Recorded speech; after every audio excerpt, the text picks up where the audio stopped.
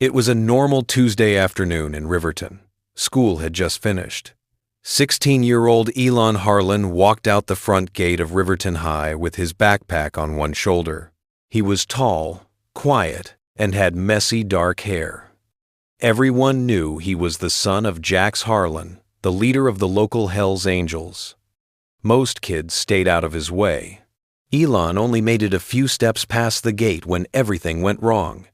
His heart suddenly started beating crazy fast, then stopped properly. His legs gave out.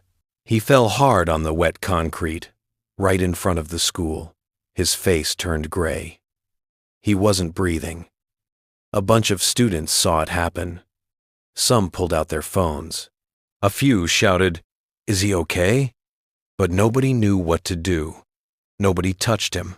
Lena Voss was walking past the school at that exact moment. Lena was 19 and had been living on the streets for 4 years. She had an old army backpack with everything she owned inside it: 2 t-shirts, a hoodie, a toothbrush, and half a sandwich in a plastic bag. Her shoes had holes in them. Her hair was long and messy. She kept her head down and tried to stay invisible. But when she saw the boy on the ground, something inside her snapped. She dropped her bag and ran over. "Move!" she shouted at the kids standing around. She knelt next to Elon. She put her fingers on his neck, no pulse. She couldn't see his chest moving. She remembered a first aid class she'd done once at a shelter. She didn't think twice. She tilted his head back, pinched his nose, and gave 2 big breaths. Then she locked her hands together and started pushing hard on his chest, 30 times fast. Then 2 more breaths. Then 30 pushes again. Her arms started burning. Her knees hurt from the hard ground. She kept counting out loud so she wouldn't lose the rhythm. "Come on, come on, breathe," she said through her teeth. Kids were filming. Someone had called an ambulance, but it was still minutes away. She had been doing it for almost 5 minutes when the motorcycles arrived. 6 Harleys roared up and stopped suddenly. Jax Harlan jumped off his bike and ran over. His face was pure panic. "Elon! That's my son!" He dropped down next to Lena. "Don't stop," he said when he saw what she was doing. So she kept going.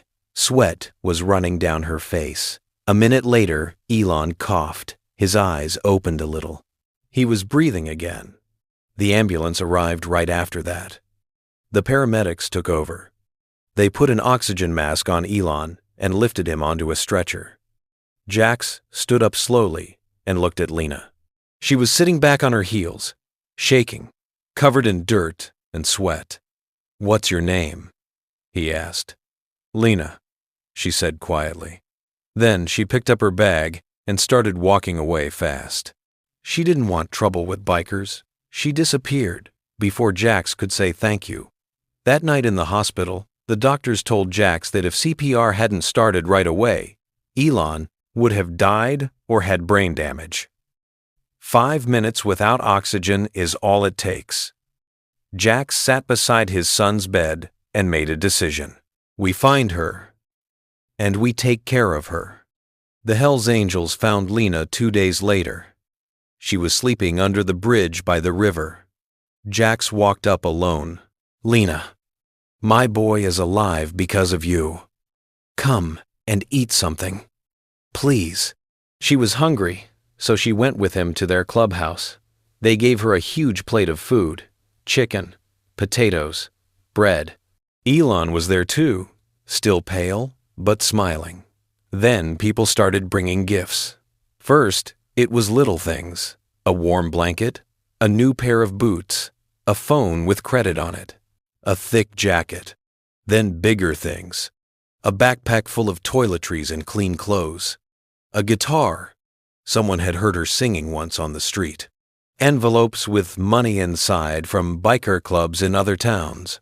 Every time Lena tried to say no, someone would answer, "Don't worry about it.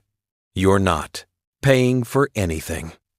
This is just how we do things," she cried. She couldn't help it. A week later, They held a big party on the football field.